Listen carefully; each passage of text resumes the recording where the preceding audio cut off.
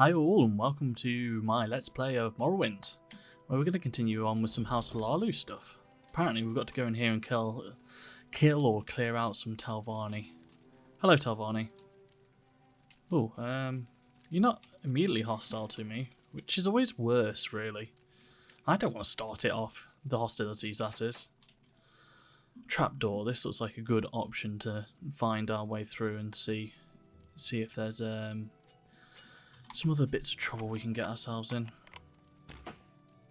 And it is also locked, so we need our lockpick.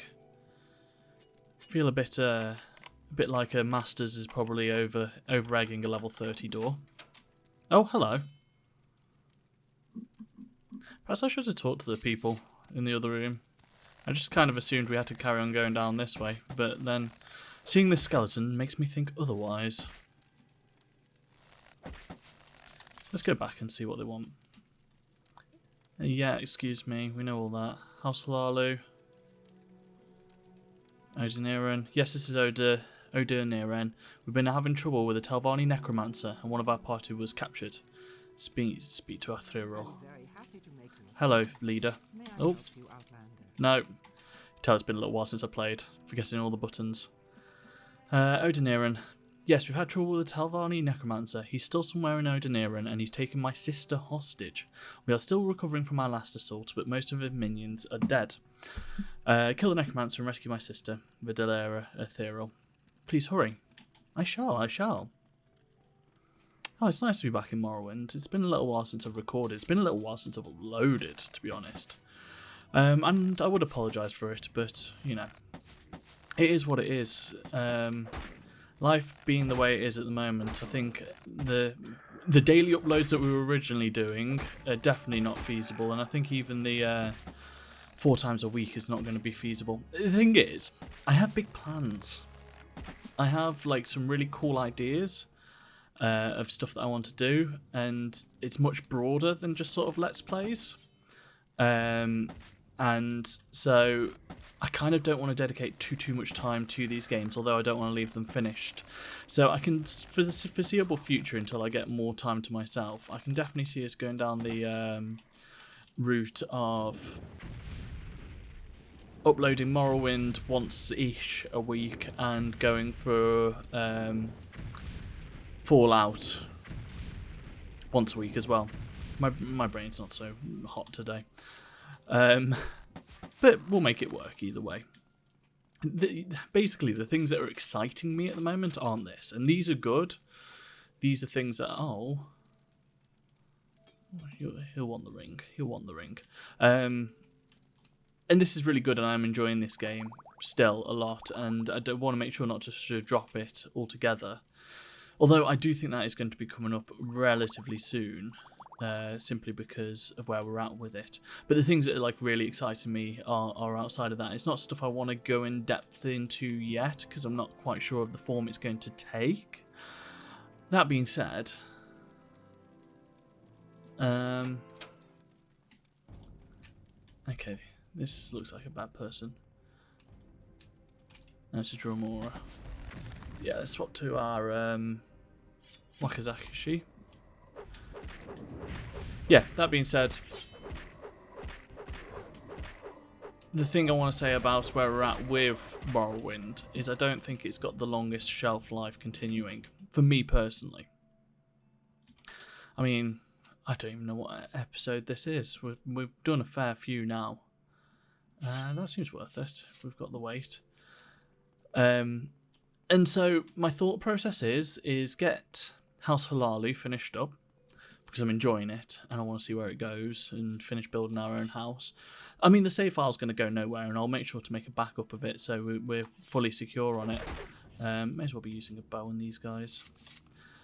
So I'm thinking of getting House Hlaalu done and possibly the Mages Guild, but I might have to just cheat my way into passing the requirements of the next section of the Mages Guild, which is fine with me. We want to see the story, and then the plan would be to come back and finish the 2 DLCs, or expansions as they were called back in the day. So we get to see those as well, and also any other great quests. But I think I'm kind of ready in my bones to move on to Oblivion. It's the one I'm probably the most familiar with next to Skyrim, so it'll be really interesting to see what's going on with that game. But I'm not too sure of the form that it's going to take, just with everything else going on at the moment. So, oh, he has a key. We'll take that. Anyhow, that's enough channel newsy stuff. I'll still be continuing. Just might be at different sort of paces and times is all. It's like, I've talked about it frequently, but apparently full-time work is designed to keep you busy, and that I am, and tired as well. To be fair, I've had a week off this week, and I've, instead of getting ahead on this particular, Let's Play, I'm doing this the day before, the recording that is, and instead I've just spent the time relaxing, to be honest. I'm playing a lot of Tarkov. I need to do, a more in-depth video on Tarkov. That game is, I genuinely think actually something really, really special. I don't know if you get this feeling as well, but I do, once a year-ish, I will get, this deep-down feeling of a game just sort of, not taking over, but really permeating my sort of own sense. Odiniran, take me back to your sister, travel together, follow me, come on, let's go. Yeah, it's really got under my skin, and that's no bad thing. I like when it happens with the game, because I'm not always super into what I'm playing. I'll be enjoying it, but it's not like the getting under skin phase of things. So when it does happen, because it is so rare, I just let it wash over me and just be like, right, this is, I'm going to fully actually enjoy this. You come in, there we go. Odiniran, you killed Farum and found Videla. Thank you, Marabou. We can take care of everything else left here. Cool. So I need to go back to Arethi, don't I? I believe so. Let's try and teleport back. Season Vivek. I can't actually remember exactly where. It's been that long. Got our favourite weather coming in. A bit of rain. Let's go see this boatman. So yeah, I've been playing. I'm up to about level 15, 16 on Tarkov, something like that. And I don't know. As I say, not only has it got under my skin, I do actually think it does some super intelligent things. Things that I want to make videos of. Like scavving in. I think I've talked about it before on this channel, but it's spending a bit more time with it. It is an incredible piece of design, in my opinion, because what is a very hardcore game, it actually allows you to smooth off some of those incredibly hardcore edges and have player-guided difficulty. And it's something I actually noticed throughout Tarkov and its sort of community and the people who play it, is it's very big on player-guided difficulty. So it will have... I'm sure Arethi's house is here. Am I right saying that? Yeah. Down this way. Nope, down this way. Is it here? Yes. Let's get this quest done.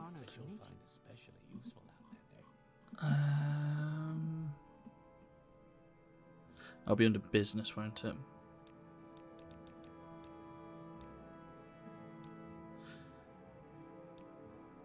I'm sure. Oh, right. No, that's not the right person. That's the right person. There we go. You killed the Talvani and rescued Arthuril. What a great service. Take these 1,000 drakes. Thank you. Business. Today's business involves Yingling Half-Troll's prized game rats. Yingling Half-Troll raises game rats in Yingling Manor here in Vivek. One of his rivals snuck 3 blighted rats into his breeding pen in Yingling Manor and Go to Yingling Manor and kill the blighted rats, but spare his prized game rats. The game rats are used to being handled and should ignore you. The blighted rats are wild and will attack you. Here's a key to the basement. Let's go. So, from the off, Tarkov is a difficult game. It's in a genre known as hardcore. But, my every instinct is to fight back, against the hardcore labelling, because I think a lot of what the hardcore labelling does is actually just signal to other people how superior players of that particular genre are. and though it does have some descriptive uses, which are applied to Tarkov, and that is things like when you die, you lose everything. You know, there is risk and rewards to everything. There are quick deaths. You can die without noticing who's killed you.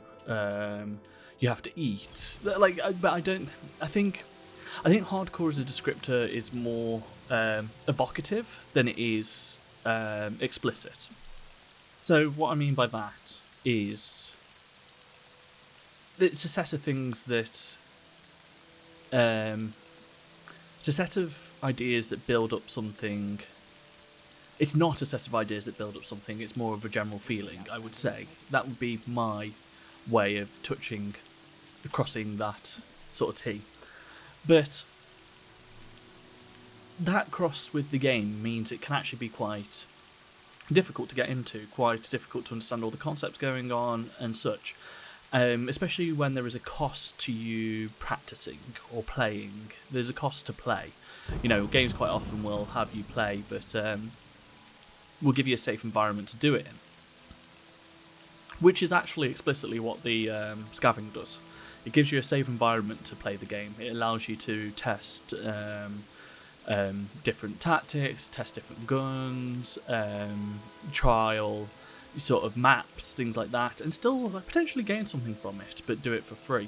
And there's actually a lot of mechanics like that in the game. You know, the ability to go into a map offline and you don't gain anything, but you don't lose anything for doing that. And it's a good way to learn your way around because these maps can be quite complicated. I believe we've been down here before, haven't we? I'm sure I've actually broke into here. Yeah. Thieves Guild stuff. I should probably be ready for these. Which one attacked me then? You attacked me.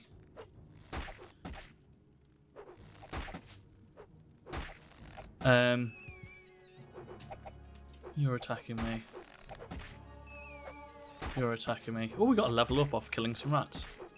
I don't want to use my fire spell because I'm going to end up hurting the ones around me. Cool. There we go. I believe that should be quest done.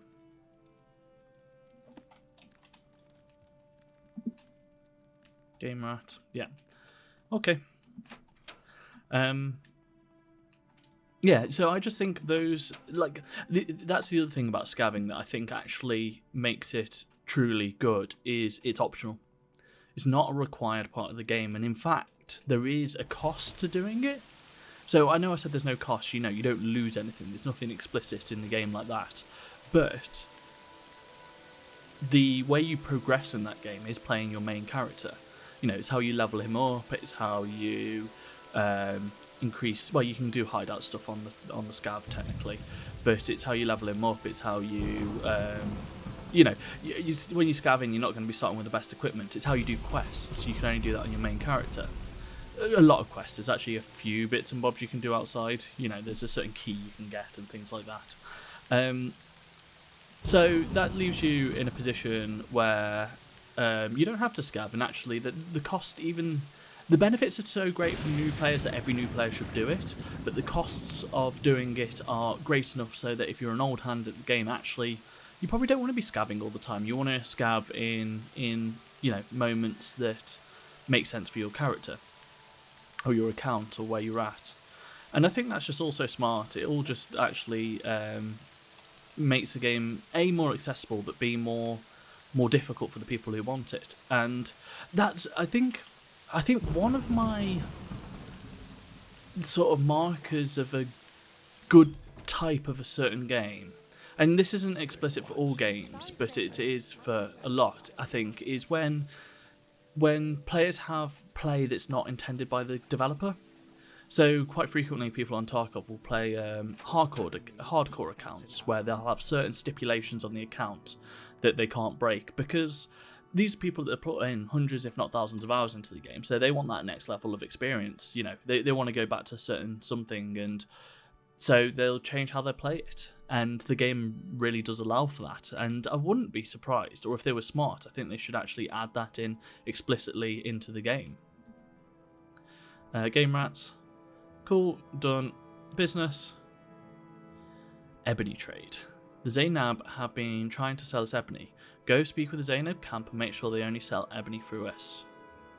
Yeah, I know where the Zainab camp is.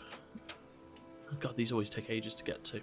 But I don't actually know which one the Zainab is. That's a Shuran, Urbanasu. So Zainab's up here, isn't it? Yeah. So we want to go to Tel Vos, which means we want to go to Sagerith, which means we want to go to the Foreign Quarter to go to the Mages Guild to get a teleport. See? It's almost like I've been paying attention. I know I say that a lot. It's almost like... It's weird what vocal tics you pick up on when you hear your own voice a lot. From editing. Also just speaking out loud to yourself in a room. You do notice these things. But yeah, that's sort of where I'm at on Tarkov. I'm like deep in... When I say deep, I'm like super not deep into that game. I'm probably late, early game, if that makes sense. Say the end game is like really high end gear and the mid game is like probably mid-level AKs and things like that. I'm probably just early mid game, if not late entry level, especially with the state of my hideout and such. But there was something else on that sort of subject I wanted to talk about. Yeah, it's just like I've been actually starting to get a couple of kills now and outwitting some enemies, you know, sort of starting a firefight and them attacking me straight on, and they've got like slightly better guns than me, and me getting like a really wide flank around them. And I can see him stood here looking at where I was like over there, and I just like, I'm over here now and shooting him in the side of the head, and he's got like high level gun on him. I'm like, oh yeah, sweet, I'm gonna go and take that and use it like soon. But it's the taking it and like being a newer player, like half of the joy is using these new tools that you get, and if I want to carry on using it, I've got to survive, and that tension that comes about to trying to survive and progress is a lot of fun.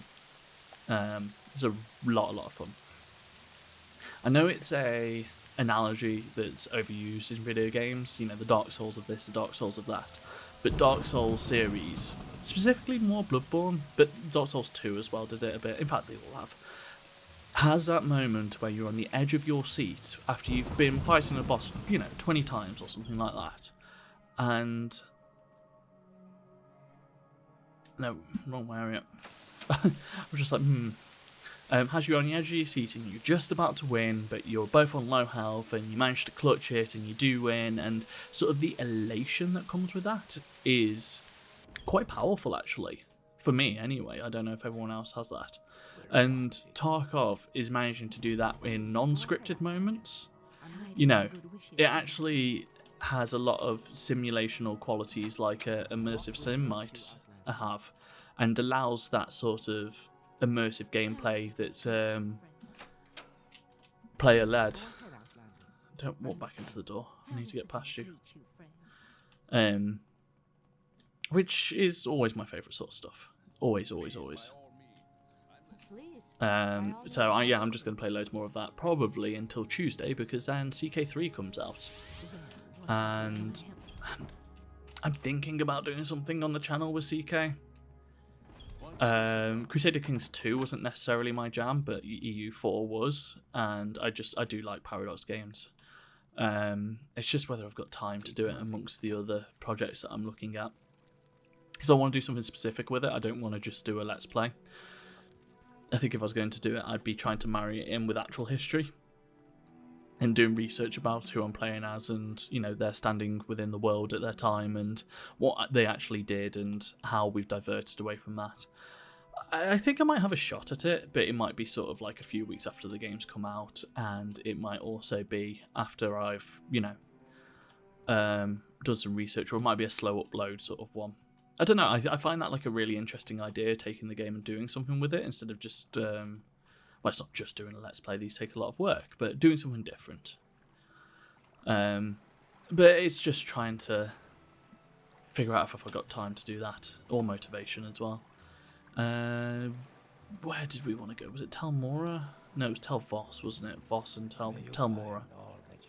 the other thing I've been playing is I think. Oh, also, this is how I'm going to structure the Morrowind and the Fallout Let's Plays. I think Morrowind is going to be rambly, talking about other subjects and coming back to Morrowind when it, matters. I say that as if we're going to have loads more videos left on it, but I don't think we will. I'm not sure. We'll see. We'll see. I need a place to do rambly stuff. I quite enjoy doing it. But yeah, Fallout more mission focused, so to speak. Elite Dangerous. That game's good. Played about an hour and a half, 2 hours. I have played about 20 odd hours in the past, so nothing like real deep, but I'm looking to... Oh, we leveled up. So, in fact, I'll just check back with you in a second. Back. Yeah, never played loads and loads of it, but yeah, played some in the past. That was what I was going to do. Make it bright and sunny outside. We must have rested so much more for the sake of having a bright screen on this game than, would be normal in a playthrough. But yeah, there's something very relaxing about that game. I'm playing it because of the mundane game series that I've been doing, and it's definitely a game that plays with mundanity. A lot of what you can be doing is just sort of travelling from A to B across a world map, flying. It's Euro Truck Simulator in space, is what, some people call that game. So that's why it's of interest to me, because I was like, okay, we've done the Euro Truck Simulator, and that's using mundanity in a relaxing, sort of chill way. So what happens when we actually take sort of theme that's explicitly non-mundane? Space travel, galaxies, space fights, and make the actions that you can partake in that place mundane. Just shipping goods across the galaxy, mining, things like that. Don't get me wrong, I think there are aspects of the game that don't really fit the bill. There's stuff like dogfights and earning money in more quote-unquote exciting ways.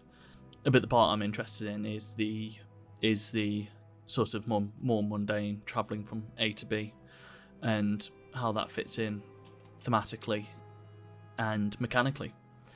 But that game, the main interesting thing that I've noticed since playing is when I first played that game, like, one of the key factors was learning to dock and undock your ship. It's like a skill that's actually kind of difficult to do, and it was sort of like the first test of you as a pilot to be learning was like, right, I'm going to learn how to manually dock my ship. Now, I'm not sure if it's a new system or what, but actually they've automated that. And I'm not sure how I feel about that, because I think it actually, not only did it put a barrier in, it was a test of skill, and it was something you could do easily once you practice for a few hours, but at first it was like a first barrier, and especially in a game where some of the main activities you can be doing are actually relatively boring, I think having that test of skill gives you something to work for. That being said, it does probably allow some people to play the game that wouldn't play the game normally, and you can switch off all those things.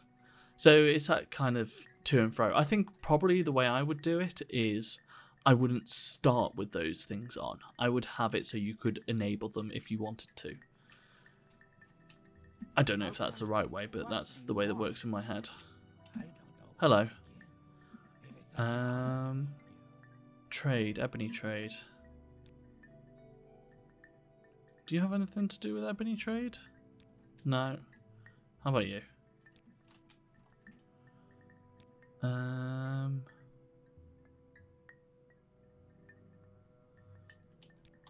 No. Perhaps it's the wise woman's yurt. Hello. Ebony trade. Gulakan Ashibal. Which one's that? Ashibal? Ashibal. I'm listening. Go ahead. Ashibal? There we go. Ebony trade. Why are you speaking to me about ebony? I want you to sell ebony to House Hlaalu. Why does House Hlaalu want our ebony? House Hlaalu already has ebony. If we both sell ebony, the price drops. Yes, I hear the truth of your words. When two strong warriors stand side by side, no one dares challenge them. I will trade ebony with House Hlaalu. Nice and easy. And we get out of here. Let's go and turn this in and then finish up for the day, I think. Seems like a good plan with me. Then I can go and play some Elite Dangerous or some Tarkov. Let's be honest with myself, it'll be some Tarkov. Where are we? Ooh, Aldrune. Interesting. Not where I anticipated popping up with that spell that time. I do need to play some more Elite today.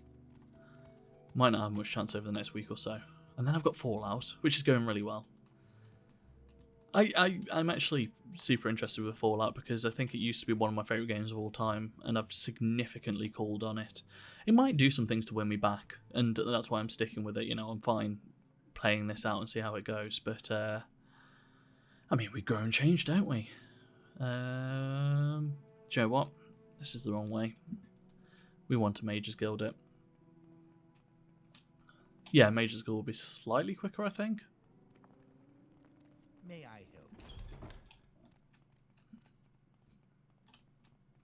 My one problem in this game is when people just stand still in doorways.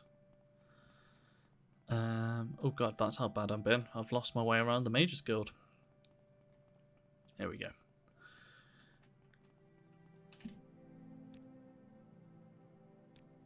Yeah, I think that's going to be the interesting thing about Elite Dangerous is the temptation to go out and go and do some dog fighting and some mercenary hunting and all that is going to be fairly great. Whereas actually that's not as mundane as potentially we want. If we wait a full day, like they're going to move, aren't they? Got to, yes.